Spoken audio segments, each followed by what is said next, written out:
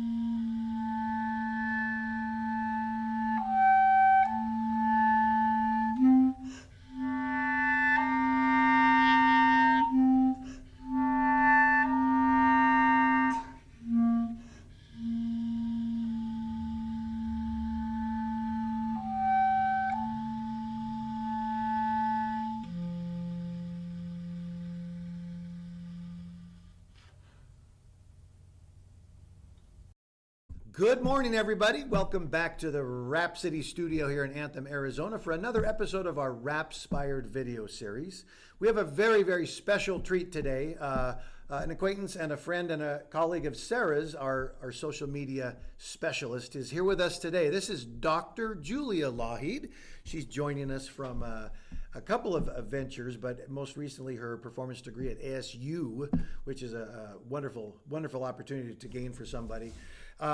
She's agreed to be with us here today. Sarah's been talking to her about what we're doing and the concept and the journey of inspiration through music and how we all got here. So we're really thrilled. Again, I'd like to thank you so much for being here today, Dr. Lougheed.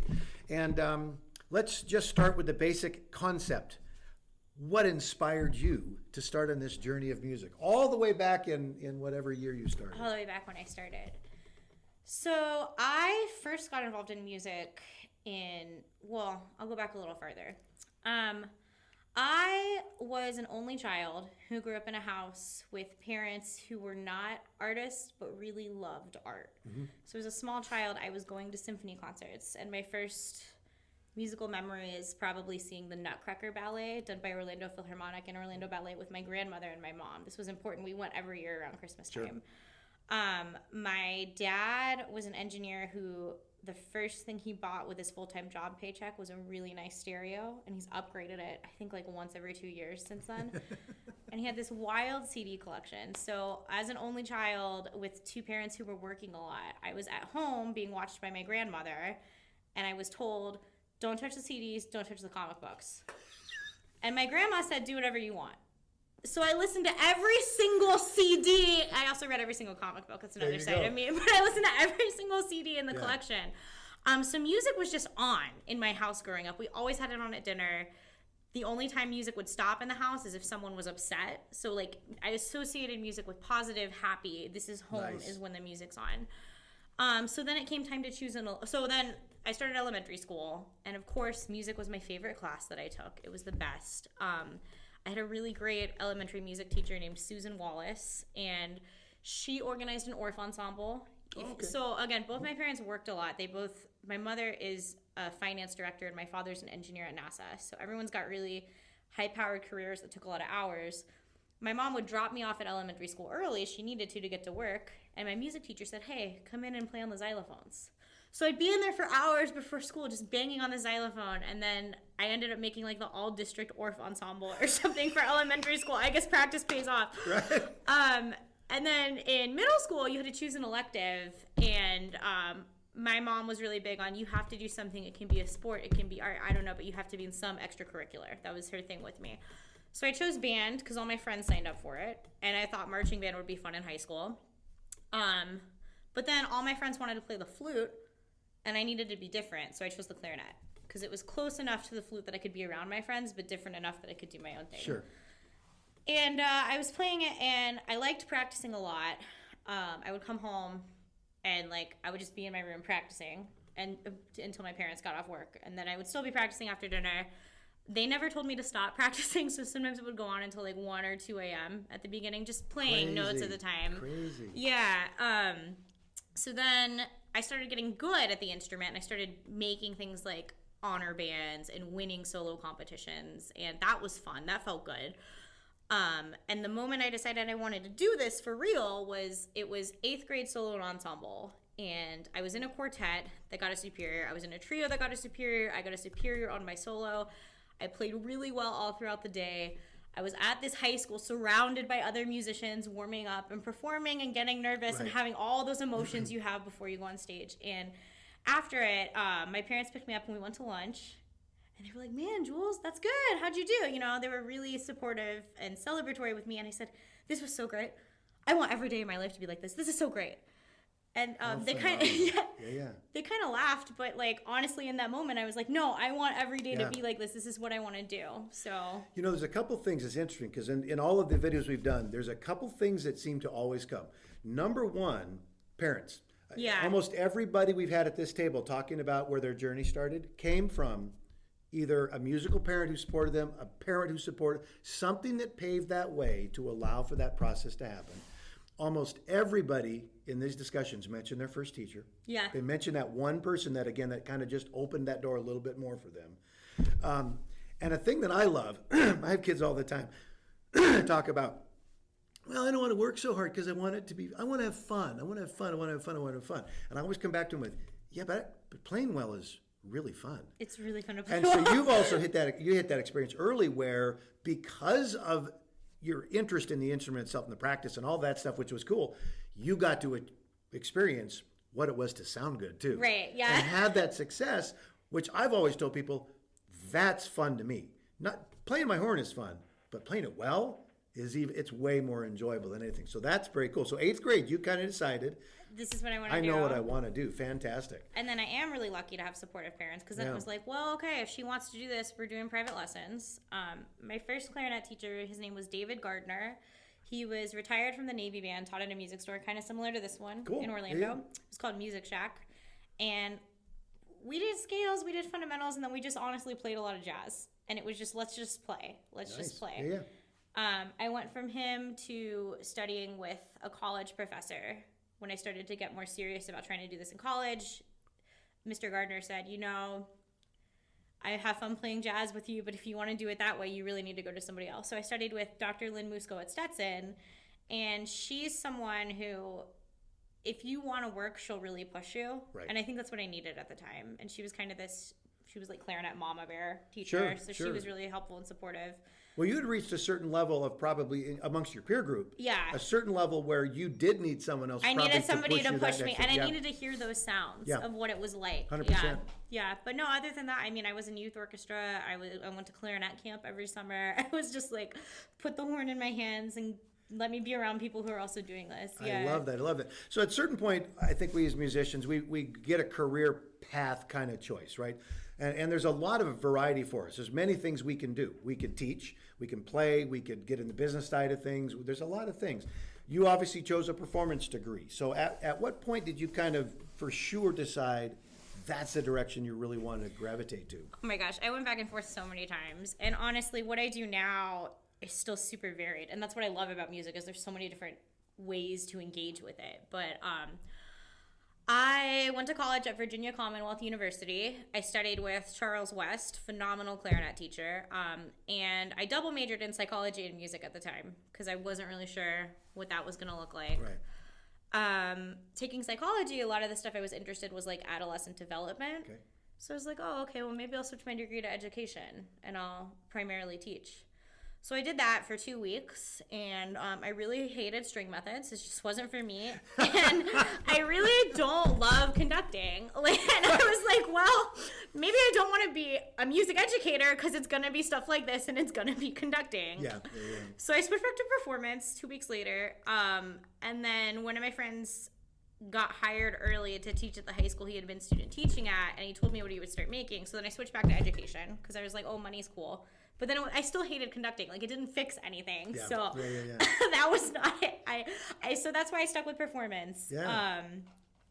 Went on to get a master's because I felt like the thing about the master's in music performance degree is kind of amazing. It's this time where you finally have time and space to practice like you really need to. And now you kind of know what you're doing, so you can do it. Yeah. So I really wanted that experience, and I really wanted to study.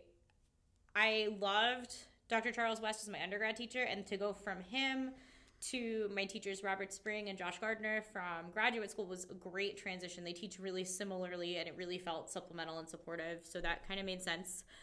So I got my master's. I got my doctorate because, to be honest with you, I always wanted a doctorate. I always wanted to be Dr. Lougheed, and to be able to do it in music was amazing. Yeah. Along the way, I started teaching some music history courses at Paradise Valley Community College, and that was super fun. I still teaching Survey of American Music. It's a general education credit, and I teach non-majors about American music history, starting with indigenous music and working up and through classical and jazz and going all the way through pop genres. Yeah.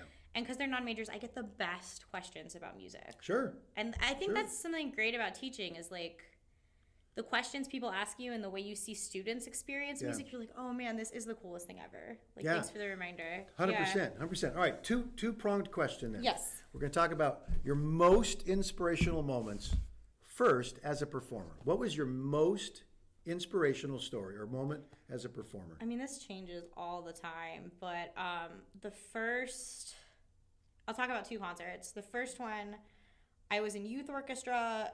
I was in my senior year of high school. We were playing Stravinsky's Firebird, and if you are familiar with the score at all, there's 1,001 woodwind notes to play in the woodwind section. There's just 1,001 notes to play.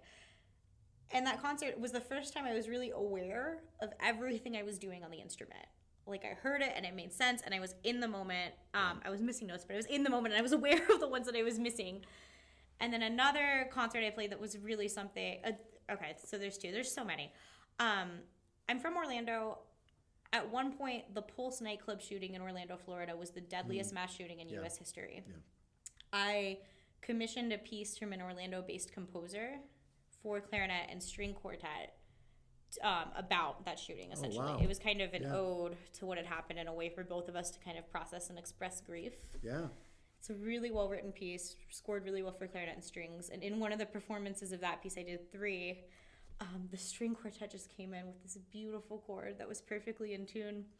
And I had to come in 2 bars later, but I missed my entrance because I was crying a little bit because it was just like the emotion of the piece and the audience was there. It was amazing. Yeah. Yeah. No, I like those. That's good. I mean, because you can have a lot of things. You can have the joyful thing. You can have that totally lost emotional moment. Yeah. Or the performance, every now and then you get one where you're just a zone, like that little circle, a bubble comes around you and your music, and it's just there. Chills running up and down your arms. And there's also some that aren't even that serious. I played this polka gig at Oktoberfest a few weeks ago, and like it was jazz and it was polka, and it was just a really good time. It's just fun, right? I love it. All right, similar question. Since you have done some teaching, obviously, you've probably mentored some kids or adults on clarinet. You've obviously got the survey course, stuff like that. What would be one of those inspirational moments as a teacher, helping someone else understand something about music where something just really hits you?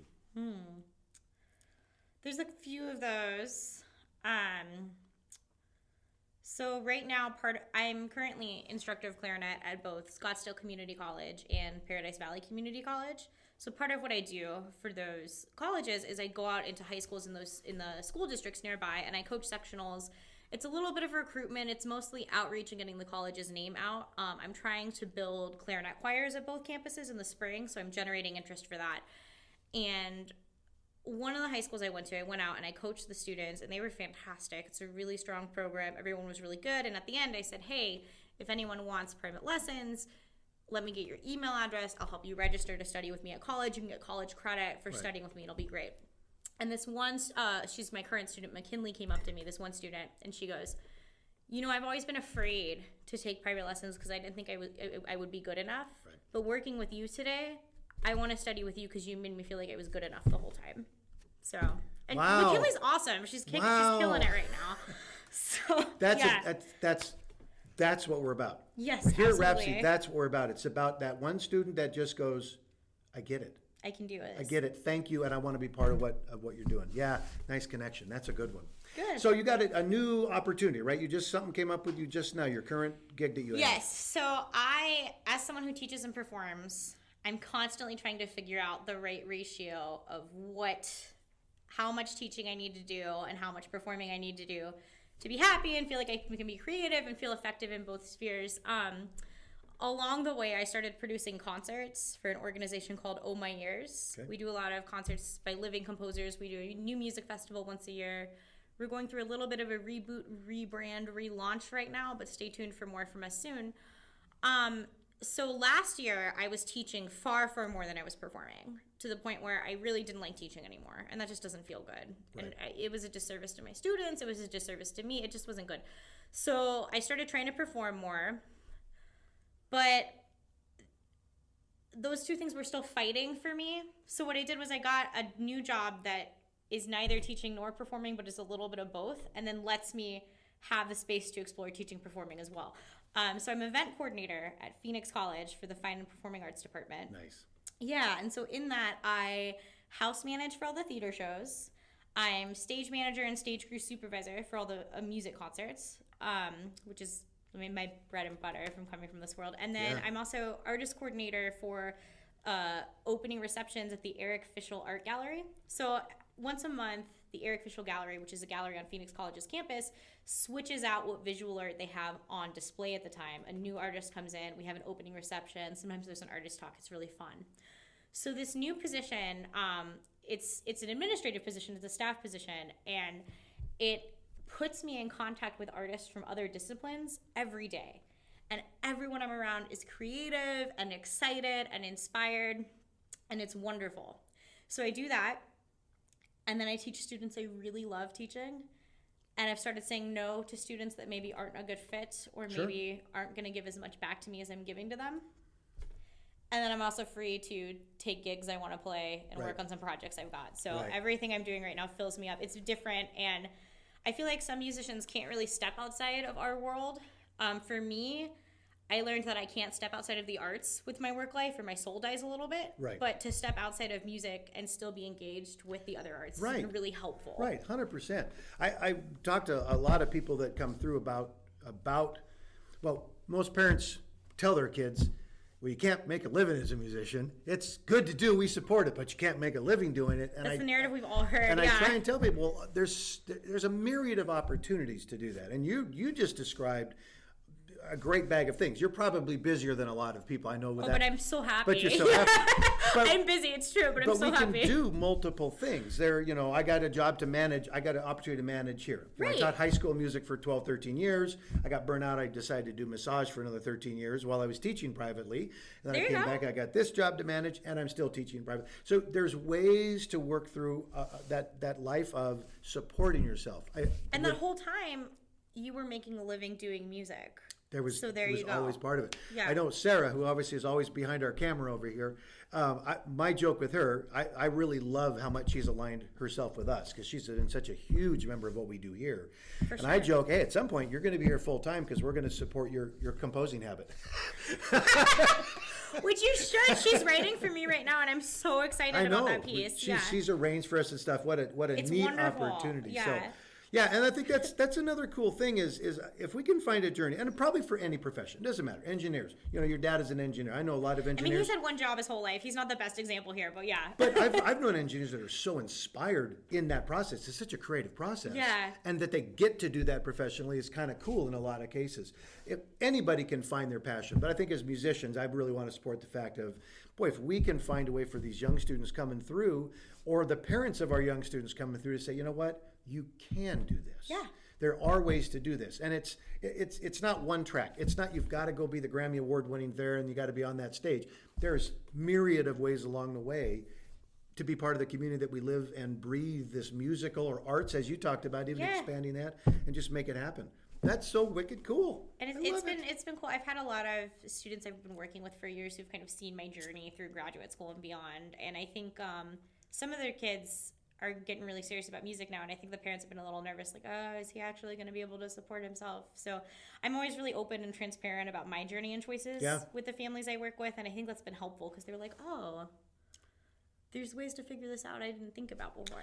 I've got ex-students. I had one oboist who had the opportunity. She played principal oboe for the Mexico City Symphony, and then she kind of went a different direction and developed her own online reed cutting company. Yeah. I had one kid that went to the New England Conservatory and then came back to Seattle, and he teaches and plays. He does kind of the standard gig. I have one drummer that quit because the football coach wanted him more than I did, evidently. And this kid was talented. Yeah. I ran into him like 8 years after he had graduated. We'd come back together at a concert. He's like, Mr. Tuttle. He goes, you'll never guess what I'm doing. I'm like, what? He goes, teaching drums. The paths just keep going and cycle through. So, hey, thank you so much for being with us. This has been such Thank you so much for having treat. me. Yeah, I hope we have an opportunity to maybe even carve out some other connections here in the Valley as far as I'm sure we know a lot of the same people. Stuff, yeah. I would bet. You guys, this has been a really great episode. Take an opportunity to really stop and think about everything that was talked about here today in this journey of music, the artistic expression, the ability to do that, and continue to inspire either ourselves or inspire other people, because the opportunity is there. And we just all need to be brave and courageous and have some fun doing it, laugh a little bit, probably make a couple mistakes along the way. Laugh at your mistakes. It's better. And then laugh at your mistakes at the same time. So again, this has been Mike Tuttle and Dr. Julia Lougheed today with you today in our Rhapspired video. Please always share these videos if you can. Make sure you find us on Facebook. Make sure you find us on Instagram. All these videos do end up on the YouTube channel too. You can watch them en masse there. If you need to find out more information on us at Rhapsody, you can call us at 623-465-7060. Our website is rhapsodymusicaz.com, and you can email us at lessons@rhapsodyschoolofmusic.com. So again, thank you so much for being part of this journey. Again, thank you, Doctor. Appreciate you being here today. And for all of us here at Rhapsody, you guys have a very blessed and a musical day. Talk to you later.